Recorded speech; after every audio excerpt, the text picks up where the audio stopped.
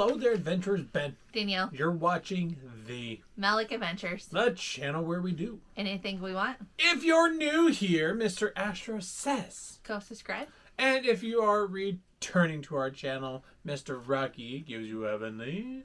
Hello. But everybody, make sure you like the video. Subscribe. Comment down below and share the video. But first,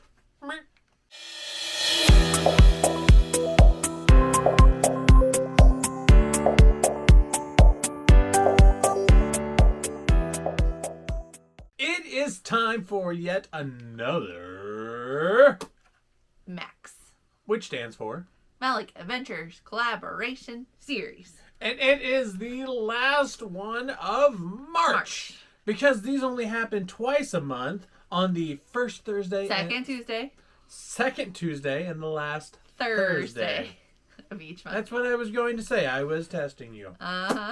But what happens is Danielle chooses a theme, and we and any of the other participants that wish to join, which, hey, they're all down in the description. Make sure you check them out. Can do whatever they want as long as it refers back to the theme. What are some things we have seen in the past, Danielle? People showing their collections. Yeah. Recently, somebody did a pin tag. Two people did a pin tag, so that was pretty cool. They can do the history on the topic. Why are you looking at me like that? They can make something. They can cook something. They can make a drink. They can go on an adventure. Again, as long as it ties back to the theme. Yeah. So what is the theme, Danielle? This one is The Green Mouse Detective! Woo! Which I haven't seen. You've never seen this movie? I haven't forced you to watch this movie? East Coast Lauren says, "You're watching it tonight!" No, not. It's a school night. No, when she's probably watching this video, she's probably like, I'm going to text Danielle to say, Ben, you have to watch it. So we have a very small collection. So this is kind of like the first half of the video where we show the parts and the collections that we do have. And then we got another part of the video coming afterwards. So stick around. Danielle showed you a VHS. What is that VHS, Danielle? It's our VHS pen holder. Yes, there's not an actual VHS case in there, cassette in there. Instead, these are little pens that we have. And then this is, can't remember if this is like the autograph one or the comic book one. Comic book and autographs. So cool. It doesn't stay up there. It fell. Wait, let me fix it. There you go. And then we got a new sets of pins here. What's a new set of pins? Is this not new? No, it's protected. Oh, it's a protected set of pins here. Because it's so cool and that protected. It looks like a notebook, if you will. It says 2021 Notes and Observations. The duality of the heroic versus villainous natures and psychologies. Basil of Baker Street and Professor Radigan. Property of Professor H.V. Yensid. Boom. And then... the cat meowing. I was like, what is that noise? And then on the inside, it comes with 4 pins. As well as like a little notesy of a journal. So I'll let you all read that. And it's the Disney Hero Villains and Epic Showdown. Yeah, must have been the 2021 one. So that's what it says, 2021. Sure. This is the first time I was showing it. Oh, yeah.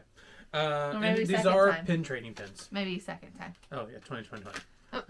Oh, sorry. You want the protective case in there. And then the last item I'm showing is a sketchbook ornament from the Disney store. Oh, yes. We like our ornaments. And it has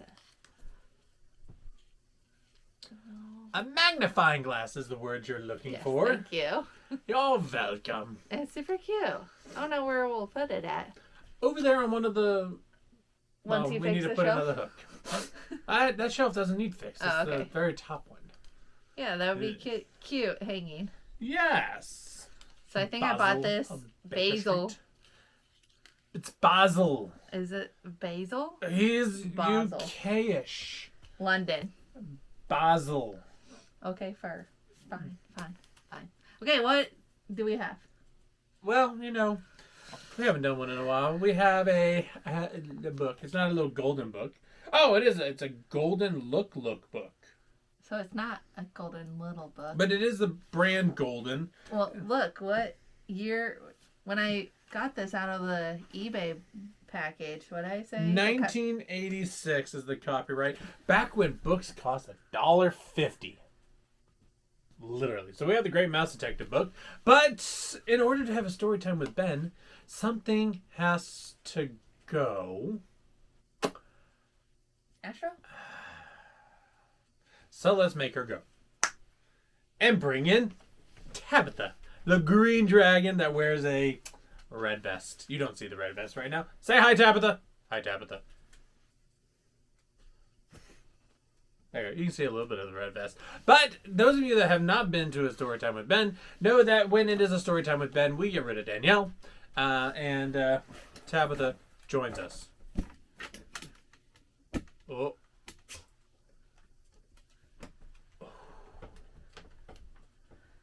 The light almost fell. Anyway, so here we go. We have the Great Mouse Detective. And since this sets in England, I'm going to use my best British accents. Lordy guacamole. Oh my goodness, this is a long book. Alright, I read it and then I show you pictures.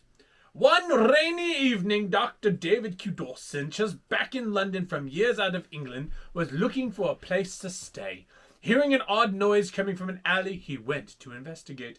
"Oh my," he said, seeing a sobbing girl. "Are you all right, my dear?" The girl shook her head. "Come now, dry those eyes," said Dawson, lending her his handkerchief. "Tell me, what's troubling you?" "I'm lost," said the girl. "I'm trying to find the famous detective, Basil of Baker Street." There, I don't know any Basil, but I do remember where Baker Street is. Just come with me, we'll find this chap together. Chip, chip, cheerio. That's not actually in the book, but gotta add a little je ne sais quoi to the video. Dawson and the girl were let into Basil's flat by his housekeeper. While they were waiting for Basil to return, the door suddenly burst open and a fellow with a pistol raced into the room. "Who are you?" Dawson asked, alarmed. "Why, I am Basil of Baker Street." Apparently he comes from Alabama. "Mr. Basil, I need your help," said the girl. "Not right now," said Basil. "I'm in the midst of chasing the most fiendish criminal in England." "But my daddy's gone." "Whoa, and so is Tabitha." Chill it out, Tabitha. Go to sleep. There you go. The story's so good she went to sleep.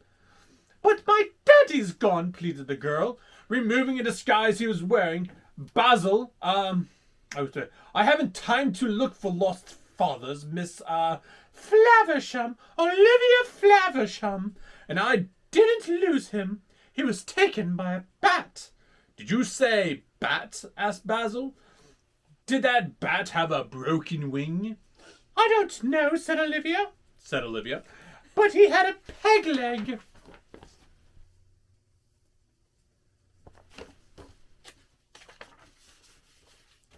Suddenly, Olivia screamed. A bat's face was peering at the closed window. By the time they got outside, the bat was gone, but he had dropped his hat and he had left a trail of peg-legged footprints. "Wonderful," said Basil. "That bat, one Fidget by name, is employed by the very fiend I was chasing." "Why is that wonderful?" said Olivia. "He stole my daddy." "It is wonderful because," and Basil puffed out his chest, "we now have the clues we need to find your father. And not only will we find him, but we will catch up with Fidget's employer, none other than the notorious Professor Rattigan. Why, at this very moment, Ratigan may be plotting something unspeakable. Yes, the accent is going in and out, but at times it's amazing. Indeed he was. In his secret hideout near the river, Ratigan had assembled his gang of criminals. My friends, he said with a wicked grin, we are getting ready for the most evil scheme of my entire career. He's French. We are going to pay a special visit to the palace to help our beloved Mouse Queen of England celebrate her 50-year reign. It will be a night she'll never remember. And, he continued in a boastful voice, I'll finally be recognized as the greatest criminal mind of all time. Nothing can stand in my way, not even Basil of Baker Street. Boo! Shouted the gang members at the mention of Basil's name. Then they gave Ratigan a big cheer.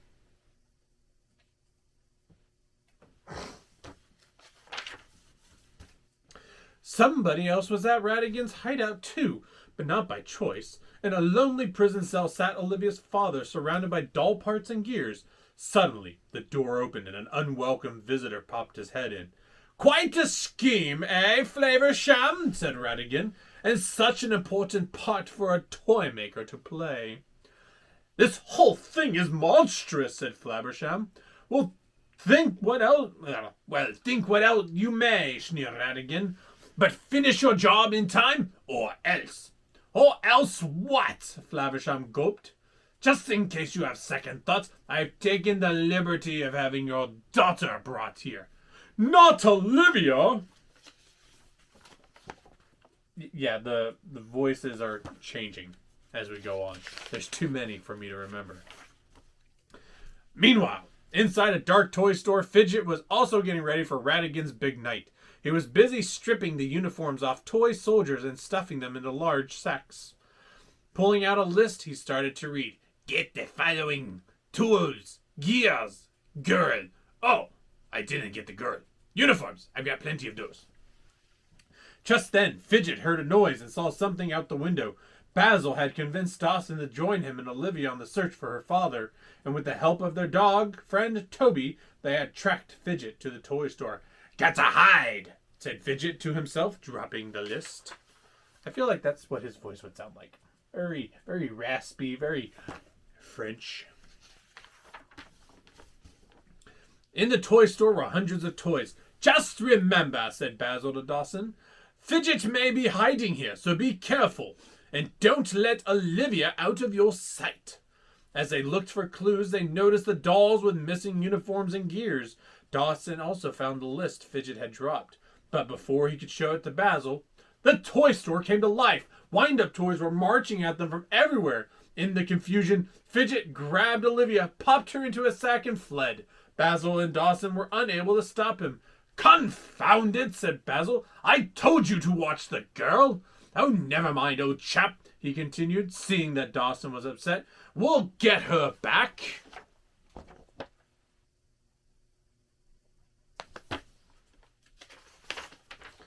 Examining Fidget's list and discovering it had been soaked in river water, Basil figured it must have come from the riverfront. Disguised as soldiers, he and Dawson were able to locate Ratigan's hideout. In the darkness, they were suddenly blinded by bright lights. A huge Welcome Basil banner unfurled, and they were surrounded by Ratigan's gang, yelling, Surprise! With your disguise, I would hardly know you. The greatest detective in all Mousedom, said Ratigan with an evil laugh. Ha ha ha, evil laugh. I'm so glad Fidget dropped that list. Otherwise, I might have... I'm going back to Southern. Otherwise, I might have missed the pleasure of your company. I'm sorry, guys. Ratigan, I'll see you in jail yet, said Basil. You don't seem to understand. I've won, said Ratigan, laughing even harder.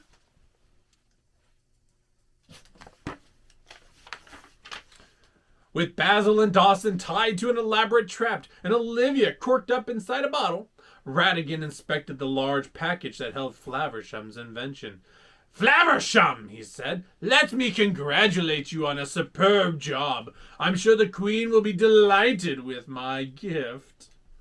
Then Ratigan kissed his pet cat, Felicia. "Goodbye, my little rosebud." "Bye, Felicia," he said. "Daddy will be seeing you soon." And she padded off toward the palace, carrying Ratigan's gang on her back. They were dressed in the uniforms from the toy store and ready to carry out Ratigan's evil plan. To Basil and Dawson, Ratigan bid farewell. "It was fond hope to stay and witness your final scene," he said, "but I cannot keep the Queen waiting."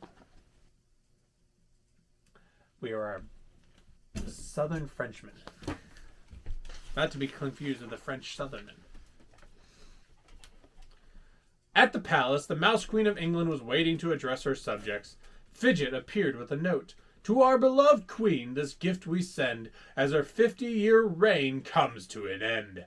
And then the gift was unwrapped, a life-size mechanical double of the Queen. "My goodness," said the real Queen with alarm as the doll began to move. And then she fled right into the arms of Professor Ratigan. With the real Queen tied up, Flaversham was forced to imitate her voice as the mechanical Queen addressed her subjects. "On this occasion, we are here to honor not only my 50 years as Queen, but someone of truly noble stature. I present to you a statesman among mice, a gifted leader, a crusader for justice, freedom, and truth, and my new royal consort, Professor Ratigan." The audience drew back in horror and disbelief.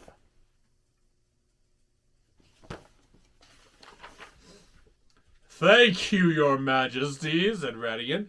"Now I have a few suggestions for running the country. Item 1. Anyone who disagrees with me about anything will be gotten rid of. Item 96, Ratigan continued. There shall be a heavy tax against the elderly, the sick, and especially of the little children." "That's ridiculous," shouted someone in the crowd. "Perhaps I haven't made myself clear," Ratigan said. "I have the power. This is my kingdom, of course with your permission, Your Majesty." Meanwhile, Basil, Dawson, and Olivia had escaped from Ratigan's den and arrived at the palace, rushing on stage. Basil shouted, "Arrest that fiend!" Okay, yeah, we're really going southern now. I apologize, friends. This is now the great Southern Mouse Detective. Ratigan tried to escape, but Basil finally caught up with him and ended his life of crime. The Queen honored Basil for his bravery and service to the crown. Back at Baker Street, Olivia and her father bid Basil a thankful goodbye, but Dawson stayed on. Although they had many cases together, Dawson always looked back with special fondness on that first one, his introduction to the most brilliant mouse he had ever known, Basil of Baker Street. There you go. The end. So very good, even if the accents were off at a few times. But you know what? It's late, and perfection doesn't always need to be shared. Tabitha, how'd you like that? I think she liked it. Thank you for your input. However, Storytime with Ben is now over, and it's time for you to trade out with Danielle. It looks like you're tired. So, here we go. There we go. Tabitha enjoyed the story. Did you hear it? Yes, I did, in all the different accents. No, you didn't. You weren't here. You were gone. You were in the multiverse. Oh, okay. That's how it works. It's YouTube. It can work any way we want it to. Da-da-da-da-da-dun. I had iced tea. Sugar? I had iced tea. And a couple of pieces of candy corn before we recorded. But anyways, friends, I hope you enjoyed our collection and the story with the bad let's just accents. say the candy corn, that Valentine's Day candy corn. Shh, they don't need to know that. No, as in like not Halloween candy corn. They don't need to know that either. And we appreciate you guys joining in. As always, make sure to check out those people down below who are joining in. Small but mighty group. I'm going to let you finish it because I'm just going into accents. So make sure you watch everybody's video. And until the next time, make sure you like the video. Stay safe. Oh, yeah. Stay safe. Stay magical. And as always, keep adventuring. Reading. Collaborating. Whatever. Yeah, if you're reading my part, you gotta know it. Well, I do declare, Blair Sinclair. Bye-bye. See ya.